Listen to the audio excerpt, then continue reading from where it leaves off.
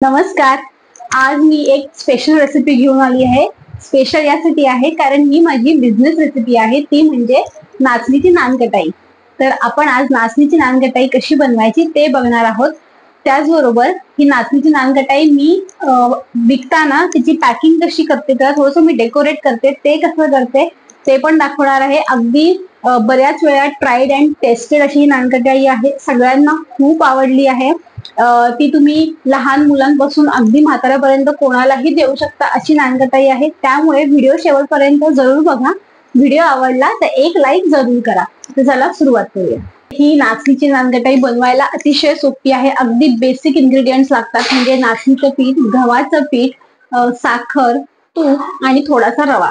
यापेक्षा दुसरं काही लागत नाही. त्यामुळे तुम्हाला ही रेसिपी नक्की आवडणार आहे, मला खात्री आहे. आपण आता रेसिपीला सुरुवात करूयात. यासाठी मी घेतलेलं आहे नाचणीचं पीठ आणि त्याचबरोबर आपण यामध्ये वापरणार आहोत गव्हाचं पीठ. तर आपण जितकं नाचणीचं पीठ घेणार आहोत तितकंच गव्हाचं पीठ घेणार आहोत.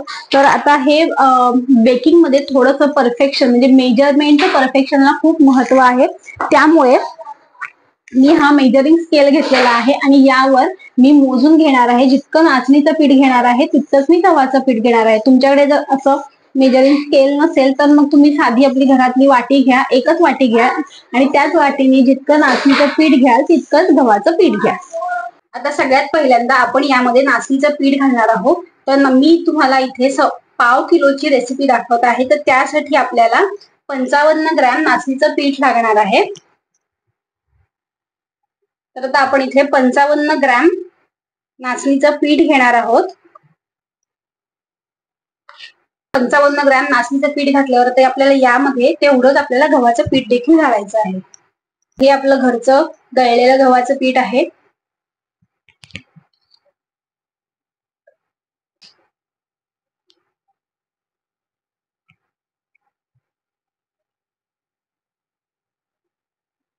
तर आता आपण इथे 55 ग्रॅम नाचणीचं पीठ आणि 55 ग्रॅम गव्हाचं पीठ असं घेऊन, म्हणजे आपलं हे टोटल वजन जे आहे ते 110 ग्रॅम झालेलं आहे.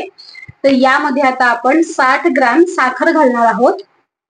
साखरेचं प्रमाण तुम्ही तुमच्या आवडीनुसार कमी जास्त करू शकता, पण माझ्या रेसिपीनुसार तुम्ही 60 ग्रॅम जर साखर वापरली तर ते खूप गोडही होत नाही आणि अगदी गोडाला कमीही होत नाही, तर एकदम परफेक्ट होते. त्यामुळे 60 ग्रॅम आपण पिठी साखर इथे घालणार आहोत. इथे मी घरी दळलेली पिठी साखर घेतलेली आहे. तर 60 ग्रॅम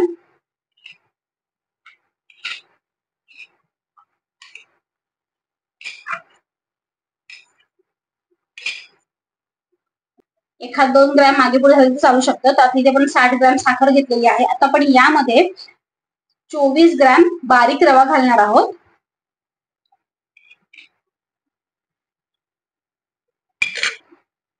त्याच्या बरोबर 24 ग्रॅम बारीक रवा घातलेला आहे. आता आपल्याला यामध्ये तूप घालायचं आहे, पण त्याआधी आपण यामध्ये अगदी 1 चिमूटभर बेकिंग सोडा घालणार आहोत आणि त्याचबरोबर 1/4 टीस्पून आपण बेकिंग पावडर घालणार आहोत. हे बेकिंग पावडर आणि बेकिंग सोडा हे दोन्ही पण ऑप्शनल आहेत, तुम्ही नाही घातलं तरी चालू शकता. इथे 1/4 टीस्पून बेकिंग पावडर घातलाय आणि 1 चिमूट मी बेकिंग सोडा घातलाय. आता आपल्याला या सगळ्यात महत्वाचं म्हणजे तूप घेताना असं हे मीडियम कन्सिस्टन्सीचे तूप घ्यायचं आहे. खूप पातळ घ्यायचं नाहीये. यापेक्षा सुद्धा थोडं घट्ट असलं तरी सुद्धा चालेल, पण पातळ तूप घ्यायचं नाहीये. हे आता मी मीडियम कन्सिस्टन्सी असलेलं तूप घेते आहे. आपल्याला हे 70 ग्रॅम तूप यामध्ये घालायचंय.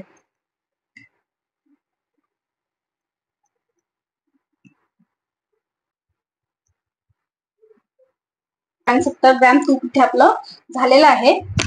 आता याला आपल्याला फक्त हाताने एकदा छान मिक्स करून घ्यायचं आहे.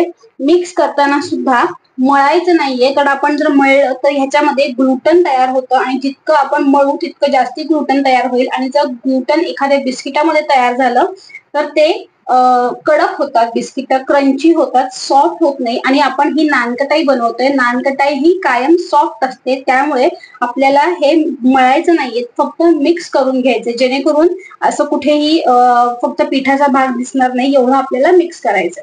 तर ते इथे मी सगळ्यात पहिल्यांदा हे मिक्स करून घेते.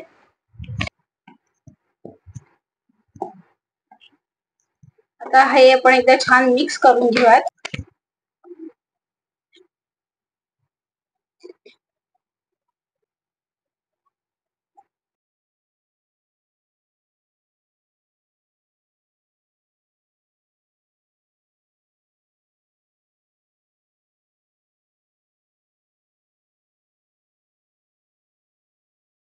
आपलं आता इथे नाचणीच्या नानकटाईचं पीठ बनवून तयार झालेलं आहे. आता आपण ह्याचे छोटे छोटे गोळे करणार आहोत.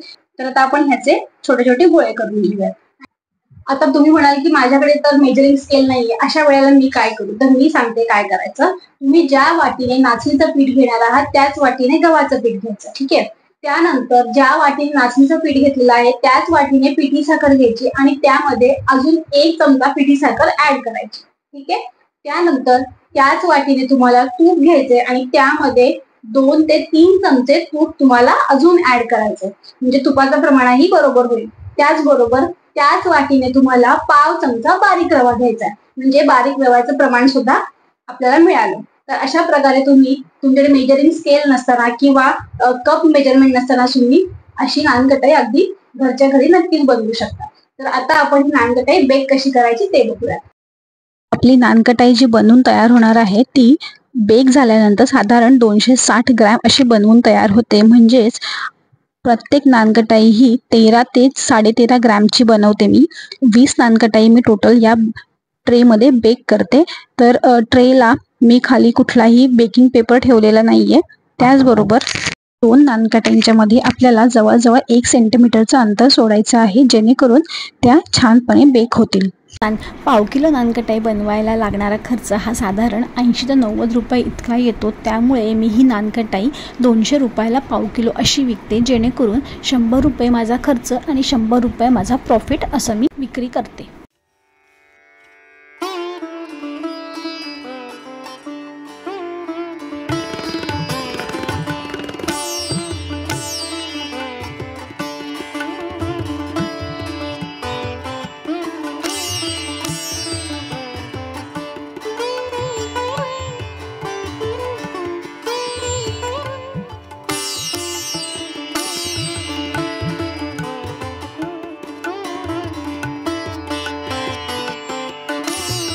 आपल्या नानकटाईला शेप देऊन झालेला आहे. आता आपण ह्याला बेक करणार आहोत, पण त्याआधी आपण ह्यावर थोडंसं पिस्ता आणि रोज पेटल्स टाकणार आहोत. तर मी इथे हे 4 पिस्ता क्रश करून घेतलेले आहेत. 4 ते 5 पिस्ता एवढ्या पाव किलोच्या नानकटाईसाठी पुरेसे होतात. तर हे आता 4 पिस्ता असे आपण जे क्रश करून घेतले ते आपण प्रत्येक नानकटाईवर अशा प्रकारे स्प्रिंकल करायचे. तुम्ही बघू शकता नुसतं पिस्ता टाकल्याने साला ते छान दिसतेच आणि आकर्षक दिसते आणि ज्यामुळे ती बघणाऱ्याला घ्यावीशी वाटते आणि खावीशी वाटते. तर तुम्हाला जर असा तुम्ही नानकटाईचा बिझनेस करत असाल किंवा तुम्ही अजून कुठलाही घरून फूड बिझनेस करत असाल तर तुम्ही त्यामध्ये ही नानकटाईची रेसिपी नक्की ऍड करू शकता. अगदी ट्राईड आणि टेस्टेड आहे, चवीला खूप छान लागते. त्याचबरोबर तुम्ही यामध्ये बेकिंग पावडर आणि बेकिंग सोडा घातला नाही तर लहान मुलांना सुद्धा ही नानकटाई अगदी आवश्यक चालते. तर नक्की ही रेसिपी करून बघा आणि आवडली तर जरूर या व्हिडिओला लाईक करा. त्याचबरोबर आतापर्यंत चॅनलला सबस्क्राईब केलं नसेल तर जरूर सबस्क्राईब करा. तर इथे मी बरोबर 4 पिस्त्यामध्ये आपली ही पाव किलोची नानकटाई अगदी परफेक्टली कव्हर होते. आता यावर आपण रोज पेटल्स लावणार आहोत. तर बाजारामध्ये असे रोज पेटल्स मिळतात. अगदी एक मोठं पाकिट असतं 50 रुपयाला असतं आणि कितीही दिवस चालू शकतात. तर तुम्ही नक्की हे रोज पेटल्स आणून ठेवा घरी. आणि आता आपण हे रोज पेटल्स प्रत्येक नानकटाईवर ठेवणार आहोत.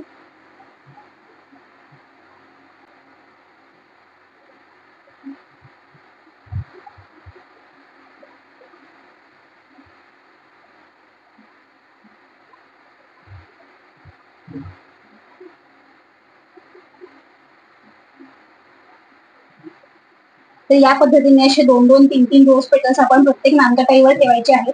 आणि तुम्ही बघू शकता किती सुंदर दिसते नानकटाई. मुख्यतः बेक झाल्यावर तिथे खूप छान दिसते. मी याचा एक फोटो पण तुम्हाला टाकणार आहे. बरं, ही नानकटाई तर आपली डेकोरेट करून झालीये. आता आपण ह्याला ओव्हन मध्ये 180 डिग्रीवर 20 मिनिटासाठी बेक करणार आहोत. माझ्याकडे हा मायक्रोवेव्ह कन्व्हेक्शन ओव्हन आहे आणि तो आता मी प्री हीट वर लावलेला आहे, म्हणजे प्री हीट करण्यासाठी लावलेला आहे. तर मायक्रोवेव्ह प्री हीट कसा करायचा, मायक्रोवेव्ह वापरायचा कसा, यावर मी एक डिटेल व्हिडिओ केलेला आहे. त्याची डिस्क्रिप्शन मध्ये मी लिंक सुद्धा देत आहे, त्यामुळे जरूर तो चॅनलला जाऊन चेक करा. खूप महत्वपूर्ण असा व्हिडिओ आहे. खूप जणांना तो व्हिडिओ आवडलेला आहे आय एम व्हेरी शुअर की तुम्हाला सुद्धा तो व्हिडिओ नक्की आवडेल. तर नक्की तो व्हिडिओ बघा. त्याचबरोबर अजूनही चॅनलवर नवीन असाल आणि सबस्क्राईब केलं नसेल तर जरूर सबस्क्राईब करा. आता आपला इथे मायक्रोवेव्ह प्री हीट झालेला आहे. सगळ्यात पहिल्यांदा हा स्टँड मी इथे ठेवते.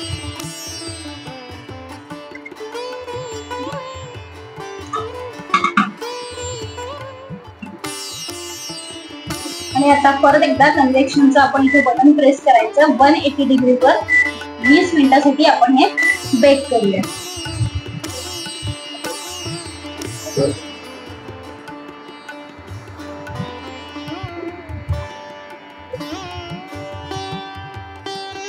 हे पहा, आपले छान इथे रागी नानकटाई बेक करून झालेले आहेत. त्यांना मी 180 डिग्रीवर 20 मिनिटासाठी फक्त बेक केलेलं आहे आणि खूप छान नानकटाई आपले बेक करून झालेले आहेत.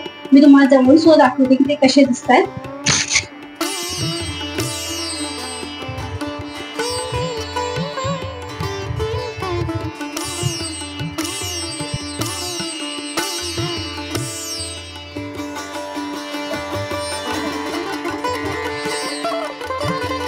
हे बघा, अतिशय सुंदर नानकटाई इथे आपली बेक झालेली आहे. तुम्ही बघू शकताय खूप छान ती फुललेली आहे.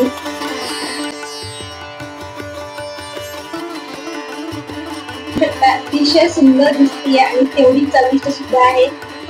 हेल्दी आहे. नेहमीच्या नानकटाईपेक्षा बिस्किटांपेक्षा अतिशय एक चांगला हेल्दी ऑप्शन आहे मुलांसाठी विशेषतः.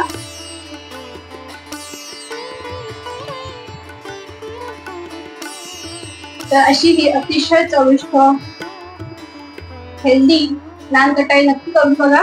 व्हिडिओ आवडला तर जरूर लाईक करा. चॅनलला आतापर्यंत सबस्क्राईब केलं नसेल जरूर सबस्क्राईब करा. परत भेटूया अशाच एखाद्या छान व्हिडिओ मध्ये. बाय.